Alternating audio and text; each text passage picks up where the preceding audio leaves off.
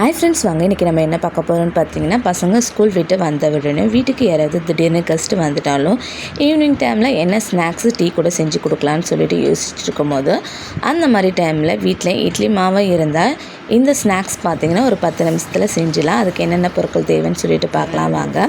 நான் 200 கிராம் போல் இட்லி மாவு எடுத்திருக்கேன்.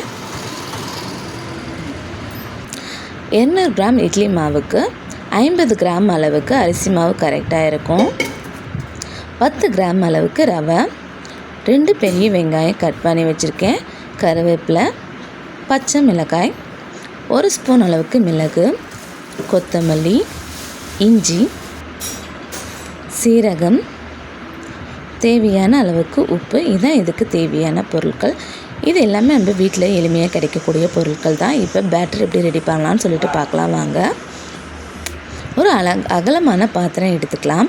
அதில் இட்லி மாவு சேர்த்துக்கலாம். இட்லி மாவு சேர்த்ததுக்கப்புறம் நம்ம அரிசி மாவு சேர்த்துக்கலாம், ரவை சேர்த்துக்கலாம். சேர்த்துட்டு நல்லா கிளறி கொடுத்துக்கலாம். ரவை இந்த இட்லி மாவுலேயே ஊறி நல்லா இன்னும் மாவு கொஞ்சம் கூட கிடைக்கும்.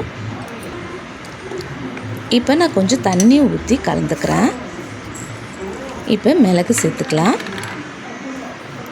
சீரகம் சேர்த்துக்கலாம், இஞ்சி சேர்த்துக்கலாம், கருவேப்பிலை, கொத்தமல்லி தழை சேர்த்துக்கலாம்,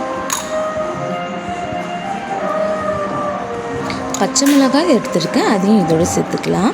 நான் 2 பெரிய வெங்காயம் எடுத்திருக்கேன், அதையும் இதோடு சேர்த்துக்கலாம். சின்ன வெங்காயம் சேர்த்திங்கன்னா இன்னும் நல்லா டேஸ்ட் கொடுக்கும். தேவையான அளவுக்கு உப்பு சேர்த்துக்கலாம். உங்களுக்கு அப்ப சோடா வேணும்னா இந்த ஸ்டேஜில் சேர்த்துக்குங்க. இன்றைக்கி நான் அப்ப சோடா சேர்க்கல. இப்போ நம்ம நல்லா கிளறி கொடுத்துட்டே இருந்தோம்னா நம்ம அரிசி மாவு சேர்த்துக்கிறதுனால கொஞ்சம் இறுகி கிடைக்கும். அந்த அளவுக்கு நம்ம சேர்த்துக்கலாம். தண்ணியாக இருந்ததுன்னா நீங்கள் கூட கொஞ்சம் அரிசி மாவு சேர்த்துக்குங்க. ஒரு 5 நிமிஷம் ரெஸ்ட் எடுக்க விடலாம். விட்ட ஒன்று பார்த்திங்கன்னா பாருங்கள், இப்போ எந்த அளவுக்கு கெட்டியாக எடுத்துன்ட்டு இந்த அளவுக்கு நம்ம போண்டா எடுத்து போடுற அளவுக்கு நம்ம மாவு ரெடி பண்ணி எடுத்துக்கணும். இப்போ பாருங்கள், நான் கையில் எடுத்து காட்டுறேன். இந்த அளவுக்கு இருந்தால் போதும்.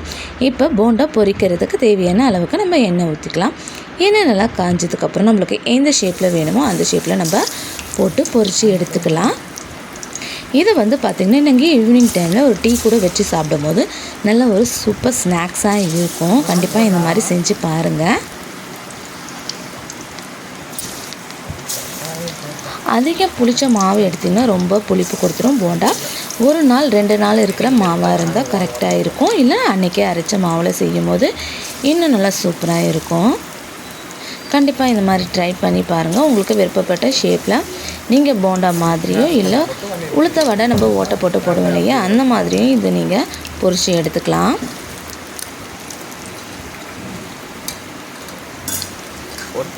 நம்ம ரவை சேர்த்துருக்கிறது போண்டாவில் அங்கங்கே தெரியும், நல்லா சூப்பராக இருக்கும். ரவை சேர்த்துக்கிறதுனால இன்னும் அரிசி மாவு சேர்த்துருக்கிறதுனால நல்லா கிறிஸ்பியாக இருக்கும் போண்டா. பார்த்திங்கன்னா நீங்கள் கெஸ்ட்டுக்கிட்டேயோ பிள்ளைங்கக்கிட்டேயோ நீங்கள் சொன்னால் தான் தெரியும், நான் வீட்டில் இருக்கிற இட்லி மாவில் இந்த போண்டா செஞ்சேன் அப்படின்னு சொல்லிட்டு. அந்த அளவுக்கு சூப்பராக இருக்கும் இந்த ஸ்நாக்ஸ். பார்த்திங்கன்னா இப்போ இந்த அளவுக்கு பொரிஞ்சதுக்கப்புறம் நம்ம எடுத்துடலாம். இன்னும் நான் கொஞ்சம் பெரிய பெரிய போண்டாவாக போட்டுக்கிறேன். நம்ம இருக்கிற மாவு எல்லாத்தையும் போட்டு பொரித்து எடுத்துகிட்டு வந்துடலாம். நான் எடுத்துருக்கிற அளவெல்லாம் பார்த்திங்கன்னா இந்த சைஸில் போடும் போது உங்களுக்கு ஒரு 30லேருந்து 35 போண்டாக்கள் கிடைக்கும்.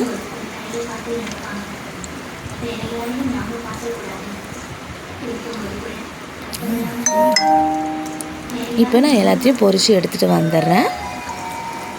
இப்போ பார்த்திங்கன்னா சூப்பரான இட்லி மாவு போண்டா ரெடி ஆகிடுச்சு. இதை நீங்கள் பசங்களுக்கு சட்னி கூடயும் சாஸ் கூடயும் வச்சு கொடுக்கும்போது ரொம்ப நல்லா விரும்பி சாப்பிடுவாங்க. நல்லா சாஃப்டாக சூப்பராக இருக்கும், கிறிஸ்பியாக இந்த போண்டா. பார்த்திங்கன்னா கண்டிப்பாக இந்த மாதிரி நீங்கள் செஞ்சு பாருங்கள், உங்களுக்கு ரொம்ப பிடிக்கும்.